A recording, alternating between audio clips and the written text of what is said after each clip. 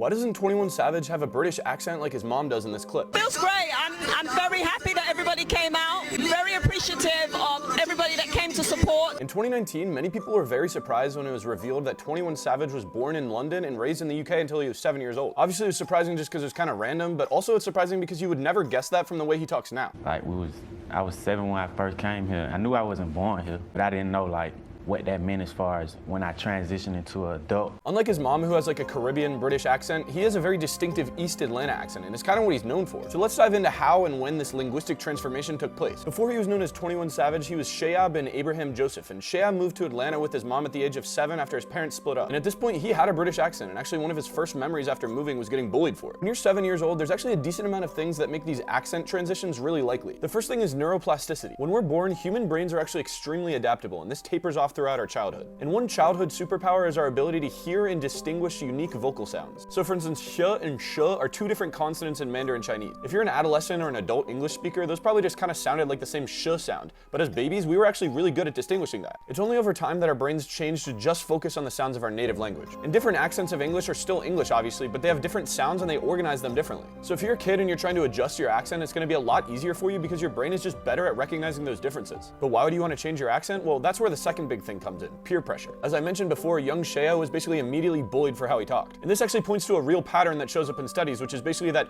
kids are always going to choose the accent of their peers and not their parents. Throughout some of the most important years in our social and linguistic development, we spend basically 8 hours a day with other kids. And for better or worse, what they think is really important at that age. So before the age of about 10, kids are quickly able to pick up on the accent of their peers and usually able to match it perfectly. This is even true to a certain extent for kids who have a different native language. So actually, it would almost be more surprising if 21 Savage retained some of his British accent. Although I guess it would make sense if it sometimes comes out when he's with his family.